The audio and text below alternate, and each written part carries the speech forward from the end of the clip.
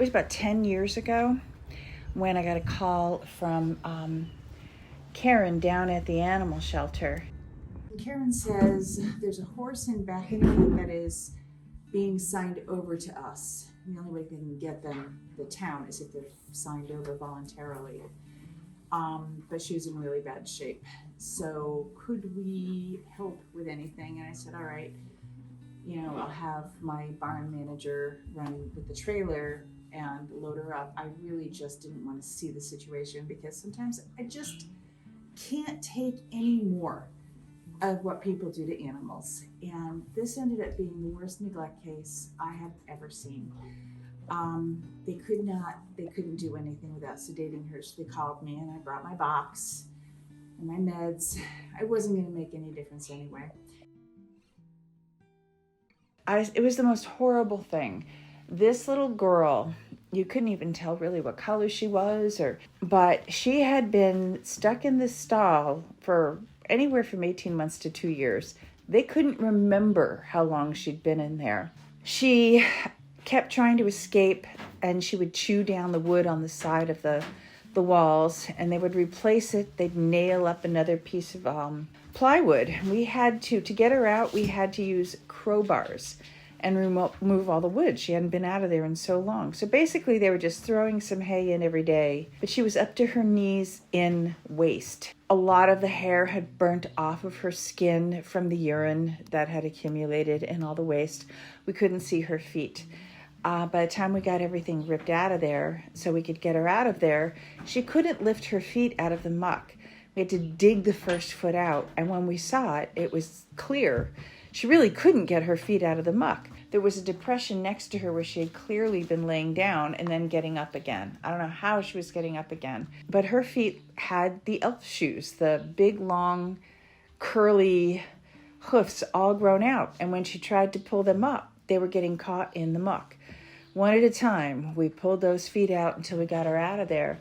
And then she hadn't walked in really a year and a half minimum. It took forever, probably close to 45 minutes to get her down the hill. And when we did, we had a lot of trouble getting her into the trailer because her feet, the elf shoes kept getting stuck under the trailer when we went to get her feet up and in. So we got her back, we got her scrubbed, we got her into a clean stall with a lot of shavings, and it was the most amazing moment, I thought, because she just took a deep sigh and she just laid down in the shavings and closed her eyes. A nice clean pony and nice clean shavings. So I'd called my farrier and I'm like, get out here, I need your help, I have an emergency situation. He's like, yeah, she can wait until tomorrow.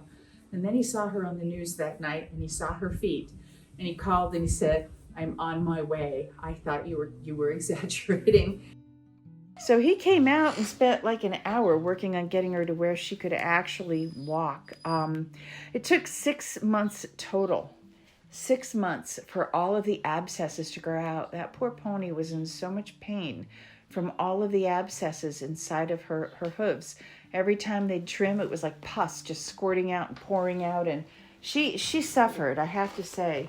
I couldn't walk her more than once around the indoor at first, and then maybe twice. And we worked up to 4 or 5 times. And then we got to the day where it was a nice day and she felt good enough to stand outside and eat some grass. I remember her and my ragno side by side out there in the grass while she was eating. Hadn't had grass in years.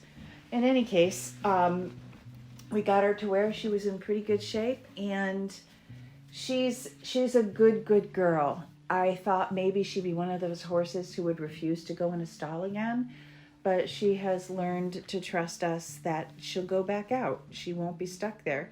She trusts that her stall will be cleaned every single day. She trusts that her water will be clean, and she just trusts us. She still has a few stall habits. She does the lip flapping thing, and she does a little bit of chewing on the front of her stall, but nothing terrible.